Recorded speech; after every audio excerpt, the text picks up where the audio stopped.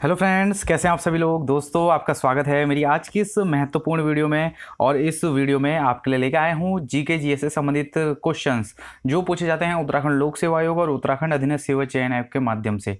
ठीक है दोस्तों, तो ये जो है वीडियो आपकी बेहद ही खास रहने वाली है और एक एक क्वेश्चन के जो आंसर होंगे उनको आप जो है अपनी कॉपी और नोटबुक कॉपी और आपकी जो है पेन उठा लीजिएगा और अपनी नोटबुक में जो है उस क्वेश्चन के आंसर और उससे संबंधित अन्य जो आपके फैक्ट और जो आंसर बताऊंगा उनको भी जरूर नोट कर लीजिएगा, क्योंकि किसी में से भी आपका क्वेश्चन बन सकता है।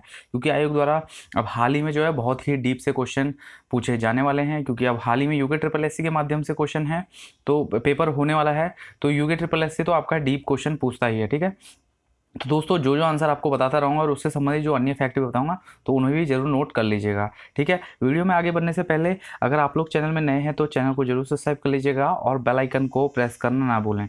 ये कुछ क्वेश्चन हैं, लगभग 20 से 25 आपके क्वेश्चन रहने वाले हैं। और ये आपका जो है पॉलिटी हो गया, आपका हिस्ट्री हो गया और इंडियन आपका जो है ज्योग्राफी हो गया, उससे संबंधित क्वेश्चन रहेंगे।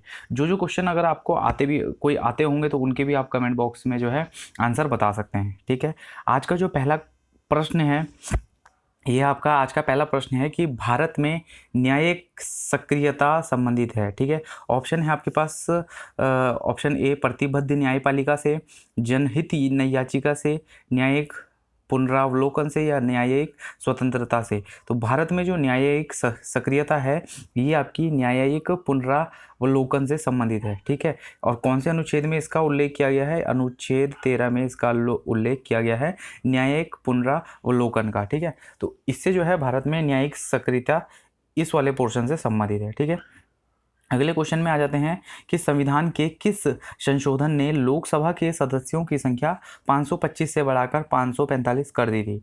चार ऑप्शन है। 31वें संविधान संशोधन, 42वां संविधान संशोधन, 41 संविधान संशोधन या 45 संविधान संशोधन। तो संविधान संशोधन आपको पता ही है, अब तक टोटल आपके कितने संविधान संशोधन हो चुके हैं? 105 संविधान संशोधन हो चुके हैं। ठीक है, तो जो लोकसभा के सदस्यों की संख्या है 525 से बढ़ाकर 545 कर दी गई थी, वो है आपका 31वां संविधान संशोधन। कब होता है? ये होता है आपका 1976 में। ठीक है, तो इसके तहत आपकी जो लोकसभा के सदस्यों की संख्या है उसको 525 से बढ़ाकर 545 कर दिया गया है। ठीक है, अगले क्वेश्चन में आ जाते हैं। भारतीय संविधान के निम्नलिखित प्रावधानों में से कौन सा प्रावधान मंत्रिपरिषद की नियुक्ति तथा पदच्युति को विवेचित करता है? ऑप्शन है अनुच्छेद 70, अनुच्छेद 72, अनुच्छेद 74 या अनुच्छेद 75।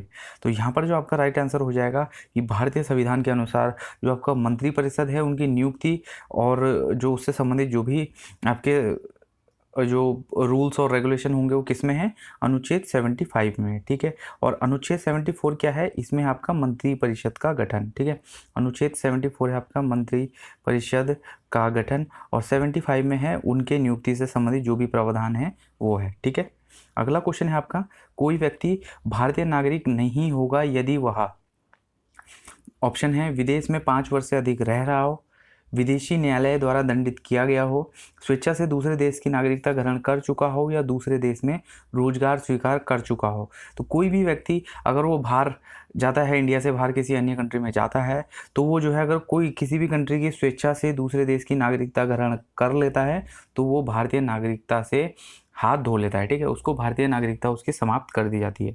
और ये कितने वर्षों तक बाहर रहने पर होता है? यदि कोई व्यक्ति जो है 7 वर्षों तक, लगातार 7 वर्षों तक देश के बाहर रहता है और वहाँ की नागरिकता प्राप्त कर लेता है तो स्वेच्छा से उसकी यहाँ की नागरिकता स्वतः ही समाप्त हो जाती है। ठीक है, अगला क्वेश्चन है आपका, भारत शासन अधिनियम 1935 द्वारा स्थापित संघ में अवशिष्ट शक्तियाँ किसे दी गई हैं? ऑप्शन है संघीय विधानमंडल को, गवर्नर जनरल को, प्रांतीय विधानमंडल को या प्रांतीय राज्यपाल को। ठीक है, इसका जो आंसर हो जाएगा वो हो जाएगा आपका गवर्नर जनरल को। 1935 में आपको पता ही है भारत सरकार अधिनियम 1935 में जो है एक्ट लागू किया गया था। तो इसमें जो है आपका गवर्नर जनरल को जितनी भी आपकी संघ जो एक सेंटर होता है, केंद्र होता है, उसकी जितनी भी अवशिष्ट शक्तियाँ होती हैं वो गवर्नर जनरल को स्थानांतरित कर दी गई थी। ठीक है, इसके अंतर्गत जो है सांप्रदायिक निर्वाचन प्रणाली भी शुरू की गई थी। कब? 1935 के ही अंतर्गत। ठीक है, तो ये भी आप जरूर नोट कर लीजिएगा। अगला क्वेश्चन है, नाभिकीय ऊर्जा का उपयोग प्राय कारक है।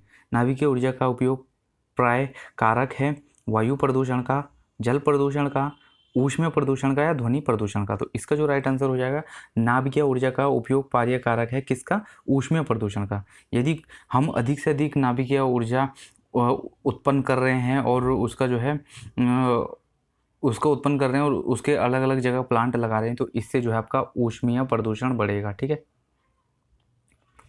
अगला क्वेश्चन में आ जाते हैं, टंगस्टन उत्पादन के लिए प्रसिद्ध डेगाना खान किस राज्य में स्थित है। ठीक है, ऑप्शन है आपके पास झारखंड, उड़ीसा, राजस्थान और छत्तीसगढ़। तो ये जो प्रसिद्ध आपकी जो टंगस्टन उत्पादन की डेगाना खान है, ये कहाँ पर है, ये आपकी राजस्थान स्टेट में स्थित है। राजस्थान में ये डेगाना खान आपको मिलेगी। ठीक है, और ऐसे ही एक जो है आपकी बेलाडीला की एक जहाँ जो है लोहा सबसे अधिक पाया जाता है, लोहा यस। तो ये भी पूछा जा सकता है, ये भी कई बार क्वेश्चन में आती है, कौन सी, बेलाडीला की खान। ठीक है, बेलाडीला की खान, तो ये कहाँ पर है, ये भी आप नोट कर लीजिएगा। बेलाडीला की खान आपकी छत्तीसगढ़ में। ठीक है, छत्तीसगढ़, तो वहाँ से जो है लोहे का सर्वाधिक मात्रा में उत्पादन किया जाता है। अगले क्वेश्चन में आते हैं, भारत में सर्वोत्तम चाय कहाँ पैदा की जाती है। ऑप्शन है आपके पास जोरहाट, नीलगिरी, दार्जिलिंग और असम। तो भारत में सर्वोत्तम चाय कहाँ पैदा की जाती है, ये की जाती है आपकी दार्जिलिंग में। और दार्जिलिंग कहाँ पड़ता है आपका, ये पड़ता है कलकत्ता में। ठीक है, और यहाँ पर जो है कलकत्ता में ही आपका चाय अनुसंधान बोर्ड भी है। ठीक है, चाय अनुसंधान बोर्ड, तो इससे भी संबंधित आपका क्वेश्चन बन सकता है कि चाय अनुसंधान संस्थान या बोर्ड कहाँ पर है, तो ये आपका कोलकाता में है। और चाय अनुसंधान संस्थान आपका जोराहाट असम में है। ये जो जोराहाट है ये आपका असम में पड़ता है। ठीक है, चाय बोर्ड आपका कलकत्ता में और चाय अनुसंधान संस्थान आपका जोराहाट असम। अगले क्वेश्चन में आते हैं, ग्वादर पतन किस देश में स्थित है। ऑप्शन है बांग्लादेश, पाकिस्तान, भारत या श्रीलंका। तो जो आपका ग्वादर पतन है ये आपका पाकिस्तान में स्थित है। ठीक है, अगला क्वेश्चन है आपका, निम्नलिखित में कौन सा प्राचीन वलित पर्वत नहीं है।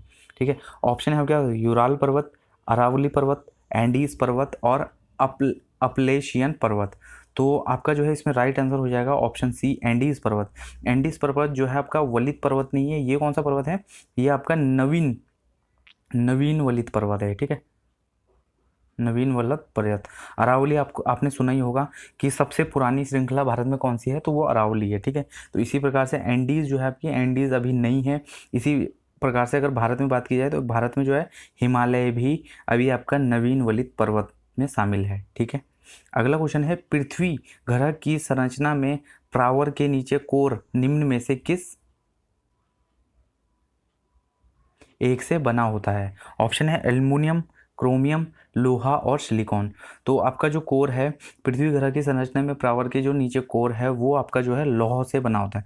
वहाँ पर अधिकतम मात्रा में आपको लौह अयस्क देखने को मिलेगा। ठीक है, अगले क्वेश्चन में आते हैं, पल्सर होते हैं पृथ्वी की ओर जा रहे तारे, पृथ्वी से दूर जा रहे तारे, तेजी से घूमने वाले तारे या उच्च तापमान वाले तारे। तो जो ये पल्सर होते हैं ये आपके तेजी से घूमने वाले तारे होते हैं। ठीक है, जो ब्रह्मांड में स्थित होते हैं तो ये तेजी से घूमने वाले तारे होते हैं, इनको पल्सर भी कहा जाता है। अगला क्वेश्चन है, भारत में पहला अंग्रेजी अखबार किसने प्रारंभ किया था। ऑप्शन है Bal Gangadhar Tilak, Raja Ram Mohan Roy, J.A. Hicky, Jameson Hicky. ठीक है, या इनमें से कोई नहीं। तो इसका जो सही आंसर हो जाएगा ये हो जाएगा J.A. हिक्की। ठीक है, तो हिक्की ने आपका जो है सबसे पहला अंग्रेजी अखबार लेके आया था। और कब लेके आया था, ये लेके आया था आपका 1780 में। ठीक है, 1780 में लेके आया था। और कहाँ से लेके आया था, इसने उसको लॉन्च किया था कोलकाता से। ठीक है, तो ये भी आप जो है जरूर नोट कर लीजिएगा। अगला क्वेश्चन है, फलक संस्कृति का संबंध निम्नलिखित में से किस काल से है। ऑप्शन है निम्न पुरापाषाण काल, मध्य पुरापाषाण काल, कांस्य युग,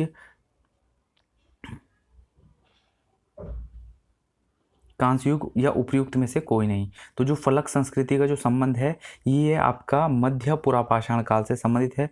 तो जो फलक जो संस्कृति का संबंध है वो मध्य पुरापाषाण काल आप लगा सकते हैं। ठीक है, अगला क्वेश्चन है, किसके शासनकाल के दौरान अजंता की गुफाएं निर्मित की गई थी।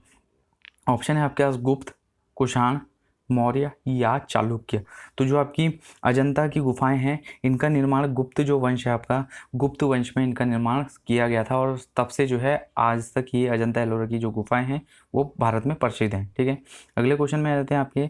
दक्षिण भारत का प्रसिद्ध तक्कोलम का युद्ध हुआ था। ऑप्शन है चोल एवं उत्तर चालुक्यों के मध्य, चोल एवं राष्ट्रकूटों के मध्य, चोल एवं होयसल के मध्य, चोल एवं पांड्यों के मध्य। तो ये जो है आपका प्रसिद्ध तक्कोलम का जो युद्ध हुआ था ये आपका हुआ था चोल एवं राष्ट्रकूटों के मध्य, जिसमें जो है आपका जो चोल हैं चोलों की हार हो गई थी। इस युद्ध में चोलों की हार हो गई थी और ये कब हुआ था, ये हुआ था 1948 से 1949 ईस्वी के बीच में। ठीक है, तो ये भी जो है आप जरूर नोट कर लीजिएगा इनका सन, और ये युद्ध जरूर नोट कर लीजिएगा क्योंकि ये युद्ध इनमें जो अभी आपके चोल और चालुक्य और जितने भी आपके पुराने वंशज हैं उनके जो जो मुख्य आपके युद्ध हैं उनको जरूर आप पढ़ के जाइएगा। अगला क्वेश्चन है, जब उसने राज्यत्व प्राप्त किया तो वह शरीयत के नियमों एवं आदेशों से पूर्णतः स्वतंत्र था। बर्नी ने यह कथन किस सुल्तान के लिए कहा है? ऑप्शन है इल्तुतमिश, बलबन, अलाउद्दीन खिलजी या मोहम्मद तुगलक। तो इसका जो राइट आंसर हो जाएगा ये हो जाएगा आपका अलाउद्दीन खिलजी।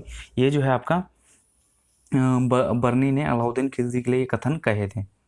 अगला क्वेश्चन है, मुगल सम्राट द्वारा नियुक्त परंतु सीधे राज्य से वेतन पाने के स्थान पर मनसबदारों से वेतन पाने वाले सैनिक क्या कहलाते थे?